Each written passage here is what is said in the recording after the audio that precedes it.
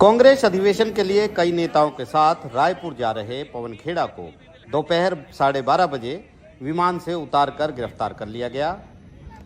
साथ गए कांग्रेस नेताओं ने वहां धरना भी दिया, पुलिस से बहस भी की, लेकिन सब बेकार रहा। पता चला कि प्रधानमंत्री के विरुद्ध अपमानजनक बयान देने की वजह से असम पुलिस ने पवन खेड़ा को गिरफ्तार कर लिया है। उन्हें ट्रांजिट रिमांड पर दिल्ली से ले जाने की तैयारी है। इसके बाद दिल्ली से छत्तीसगढ़ तक प्रतिक्रियाओं की झड़ी लग गई। पवन खेड़ा जी को कहा कि आपका बैग रह गया है, उनके पास कोई बैग है ही नहीं। आखिर में पुलिस आई और कहा कि असम पुलिस ने कोई एफआईआर दर्ज की है। तो हमने कहा कि आप गिरफ्तार कर लीजिए, प्रोडक्शन वारंट मजिस्ट्रेट का दीजिए या गिरफ्तारी का लिखित ऑर्डर दीजिए।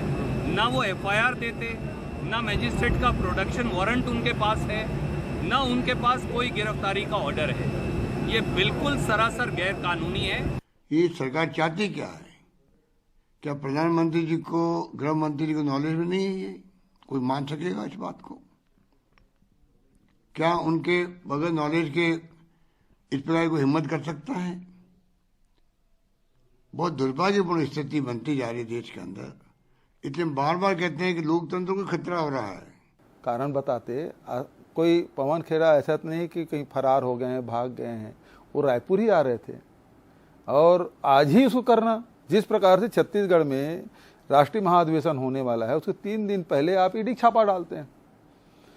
सारे हमारे नेताओं के जिनको ड्यूटी मिली थी, जो काम में लगे थे, सबको डिस्टर्ब करने के लिए, ये भी उसी की हिस्सा है। मतलब भारतीय जनता पार्टी बर्दाश्त ही नहीं कर पा रही है कि किस प्रकार से कांग्रेस के महाधिवेशन को रोका जाए। लेकिन ये कहानी अगले 2 घंटों में सुप्रीम कोर्ट पहुंचते पहुंचते पलट गई। मुख्य न्यायाधीश DY Chandrachud, justice MR Shah और जस्टिस PS नरसिम्हा की बेंच के सामने कांग्रेस ने पवन खेड़ा की गिरफ्तारी की प्रक्रिया पर सवाल उठाए। उनको गिरफ्तार करने से संरक्षण देने की मांग की और बताया कि वो अपने बयान के लिए माफी मांग चुके हैं।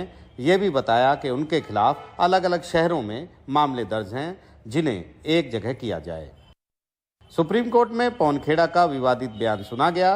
अदालत ने पूछा कि इस बयान से सांप्रदायिक वैमनस्य कैसे पैदा होता है। अदालत ने कहा कि पवन खेड़ा को मंगलवार तक अंतरिम जमानत दी जाए, इसके बाद वो नियमित जमानत के लिए अर्जी दे सकते हैं। अदालत सोमवार को अलग अलग शहरों की FIR एक जगह जोड़ने पर सुनवाई करेगी। इस बीच पवन खेड़ा को अदालत में पेश किया गया, जहां उनकी जमानत की औपचारिकता पूरी हुई। कांग्रेस ने सुप्रीम कोर्ट का शुक्रिया अदा किया। Without any FIR copy being given to me, without any notice being served on me, I was asked to deplane as if I was a terrorist. The victory of the legal process of this country, of this great democracy called India, which we are trying to uphold and fight for.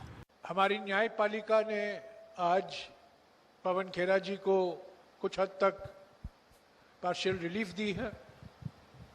ये सबूत है कि हमारे देश में मोदी सरकार के प्रयत्नों के बावजूद न्यायपालिका हमारे लोकतंत्र के लिए अभी भी एक ज्योति बनी हुई है।